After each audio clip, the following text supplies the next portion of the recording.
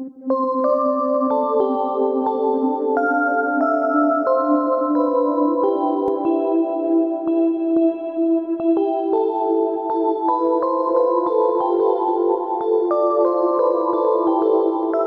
Power of Now, A Guide to Spiritual Enlightenment, would have to be one of the most transformative books in my life. It's always by my bedside, no matter where I am. I carry it with me. I was just saying before I was introducing you, Eckhart, that I wished I had my original copy, because I've bought so many copies since the first copy. But my original copy, I had so many yellow markings in it for highlighting every sentence. I just thought, well, why don't I just finish reading the book instead of highlighting everything? Welcome to our Soul series. Thank you so much for joining us. Thank you. Well, there's so much I want to talk to you about. I know we're not going to get to all of it, so I just want to tell all of our listeners now, those of you who are big supporters, seekers, and fans of his book, The Power of Now, that this conversation will be continued next week. So today's discussion is really, I'm going to try to focus it on the now and the book, The Power of Now. I was so moved in the book when you said, in the very beginning of the book, you said, 29 years old, having pondered suicide, you were thinking this, quote, "I cannot live with myself any longer. This was the thought that kept repeating itself in my mind. And then suddenly I became aware of what a peculiar thought that was. Am I one or two? If I cannot live with myself, there must be two of me, the I and the self that I cannot live with. Maybe, I thought, only one of them is real." I love this because it's really one of the first times I thought, yeah, that's right.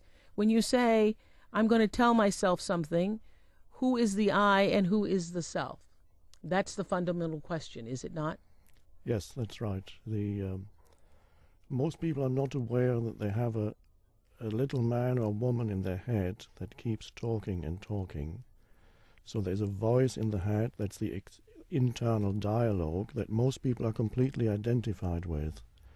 And in my case, and in many people's case, the voice in the head is a predominantly unhappy one. So there's an enormous amount of unhappiness that is continuously generated by this unconscious internal dialogue. And at that moment, that night, a separation occurred inside me between the voice, which is the incessant stream of thinking, and the sense of self that had become identified with that voice in the head, and a deeper sense of self that I later recognized as essentially consciousness itself, rather than something that consciousness had become through thinking. So that night the separation occurred, and when I woke up the next morning I was completely at peace for the first time since my childhood, without understanding why. The understanding came much later. So the important point here is that it's essential for people to become aware that their thought processes and the sense of self that is derived from their thinking, which includes, of course, all one's memories, all one's conditioning, one's sense of self is a conceptual one that is derived from the past.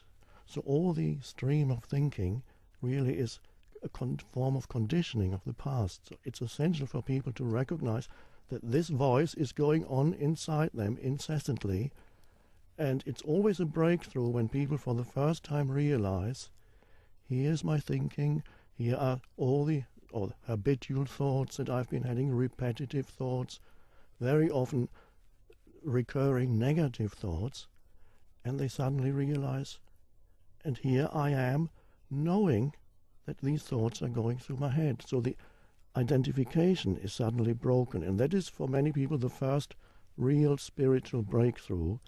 Spiritual, as I see it, is not believing in this or that, but it's stepping out of identification with a stream of thinking. So you suddenly find there's another dimension deeper than thinking inside you. I sometimes call that stillness. Mm-hmm. It's an aware presence, just that. It's nothing to do with past or future. And that we could call also, it's like waking up. That's why traditionally in many spiritual traditions they use the term awakening. So many people would tell you, well, what do you mean awakening? I'm awake already. But what is meant by awakening is that you wake up out of the stream of thinking. And when you wake up, you become present. A completely different dimension of consciousness is suddenly there. Well, I recall in Stillness Speaks, you talk about the awareness. Stillness Speaks, the book Stillness Speaks is all about that awareness. Yes. And I love the line where you say, once you recognize, I'm paraphrasing, of course, that voice, and that you are the observer of that voice, that very awareness is you. That's right. And not the voice. So you recognize as essentially there's something inside you that has its place. It's the stream of thinking. Right. It's connected with the past. Mm-hmm. It contains all your memories. It Mm-hmm. contains all reactive patterns. It contains old emotions and so on. They're all part of that. But essentially, it is not essentially who you are.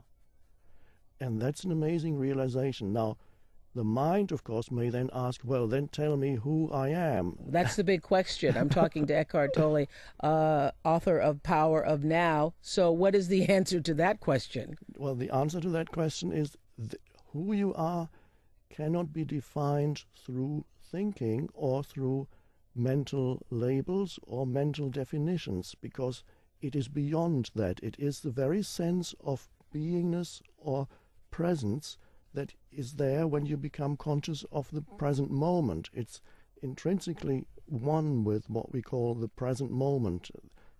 I sometimes say that some people might find this a little strange, but in essence, you and what we call the present moment at the deepest level are one. Because you are the consciousness out of which everything comes. Every thought comes out of that consciousness that you are. Every thought disappears back into that space of consciousness that you are. So essentially you are a conscious, aware space. And all your sense perceptions, all your thinking, all your emotions happen, they come and go in that aware